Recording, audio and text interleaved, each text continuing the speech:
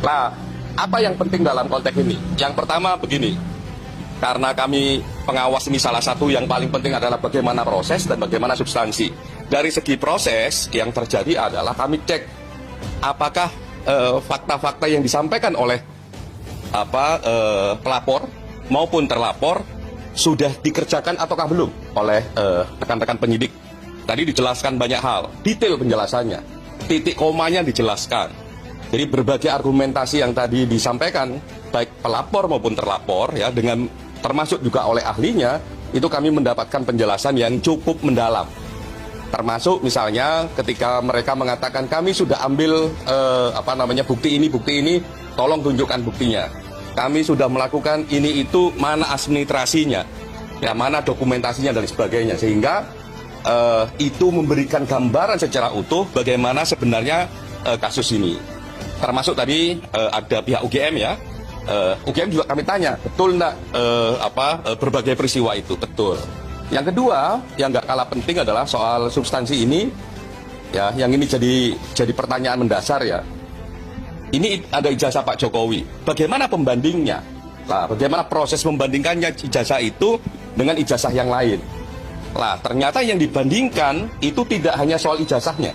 Jadi ada beberapa pembanding ya, ada tiga pembanding, tapi sebenarnya banyak, tapi yang diambil 3 karena memang aturannya begitu. Nah, itu yang dicek pembandingnya tidak hanya soal ijazah, tapi soal semua berkasnya. Jadi ada kurang lebih 19 sampai 20 item pembanding di situ. Sehingga kita bisa tahu nih, betul enggak. Nah, dalam konteks perbandingan itu yang dicek dokumentan, per dokumen. Ya, per dokumen dicek. Terus kondisi common historicalnya dicek. Misalnya kok kondisi common historical itu kalau ada pertanyaan gini, ini kok ada ijazah satu pakai profesor satunya enggak, atau pakai pakai SOE pakai itu juga dicek. Lah kami mendapat penjelasan yang menurut kami penjelasannya sangat komprehensif, baik dari UGM maupun dari penyidik, termasuk juga dari lapor. Jadi lumayan itu penjelasannya. Nah, yang berikutnya yang nggak kalah penting soal metodologi ya. Teman-teman pelapor menjelaskan bagaimana mereka punya asumsi, punya analisa yang mereka yakini sebagai fakta, menyimpulkan A. Nah, yang terlapor juga begitu, ngomong keyakinannya B, misalnya begitu. Nah, kami juga ngecek itu ke lapor, apa yang dilakukan oleh lapor, apa yang dilakukan oleh penyidik. Di lapor misalnya dia menjelaskan apa saja yang mereka cek, menggunakan alat apa, metodologinya bagaimana, sehingga kita bisa ukur sebenarnya ini siapa yang memiliki metodologi yang paling kredibel. Nah, kami cek tadi. Nah, ngeceknya satu, dari segi bahan, apakah bahannya memang faktual ataukah tidak. Nah, ternyata bahannya ya satu bendel itu banyak sekali, masing-masing 20 item. Jadi punyanya Pak Jokowi dengan pembandingnya masing-masing 19 sampai 20 item. Dicekin semua. Dengan apa yang dicek, salah satu yang paling penting adalah karakter dari kertas. Ya, karakter dari stempel dan sebagainya. Karena itu memang benda fisik ya yang mereka pegang dan sebagainya. Sehingga dalam konteks seperti itu, ya sebagai satu proses metodologi, sebagai satu proses kerja-kerja penegakan hukum, kami mendapatkan gambaran yang kredibel. Yang berikutnya, apakah cara kerja kayak gitu bisa dipertanggungjawabkan? Bisa.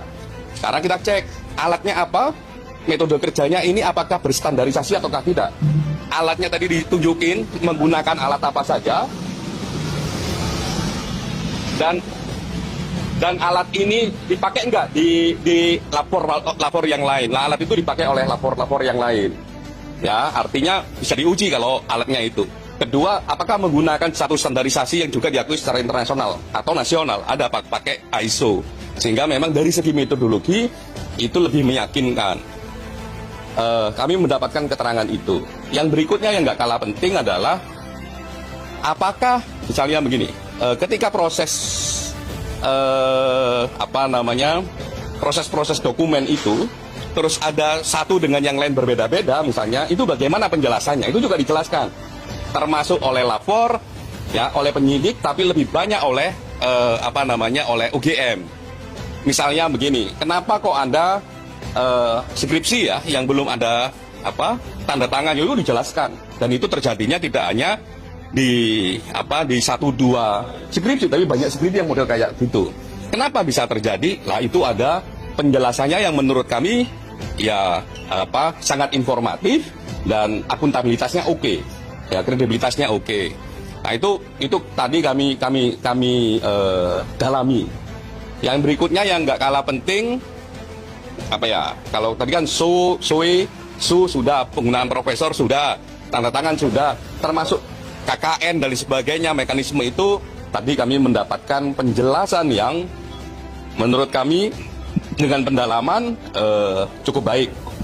Lah, kita bilang cukup baik karena di samping kami mendapatkan penjelasan, kami juga minta proses penjelasannya. Jadi kalau mereka ngambil barang dari UGM misalnya, ngambil bukti dari UGM, mana berita acaranya, mana dokumentasinya dan sebagainya. Termasuk juga mekanisme kerja di lapornya. Nah, itu kami semua mendapatkan itu, dan prosesnya lumayan kredibel menurut kami. Nah, tadi juga ada ombudsman juga aktif, kami juga aktif. Bahkan dalam beberapa konteks Kompolnas lebih aktif untuk menggali sebenarnya ini apa sih fakta-fakta yang melatar belakanginya. Termasuk misalnya ada persoalan ini nilainya D. Wah, ini kok dia kok bisa lulus misalnya begitu. Kita tanya tadi.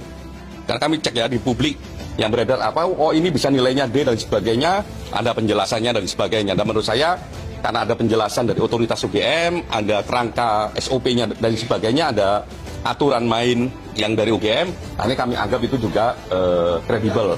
Termasuk juga ada perbedaan tata letak huruf di dalam ijazah. Ya, tata letak huruf dalam ijazah itu kan juga dipersoalkan. Nah, kami juga nanya tadi, ini gimana kok ada dalam satu dokumen, ada beberapa dokumen tata letak hurufnya kok berbeda. Ada yang agak mepet dengan simbol UGM-nya, ada yang agak jauh gitu ya, A-nya. Oh, itu ada penjelasannya dan dijelaskan dengan cukup baik, ya, dijelaskan dengan bukti cukup baik, dan menurut kami penjelasan itu masuk akal.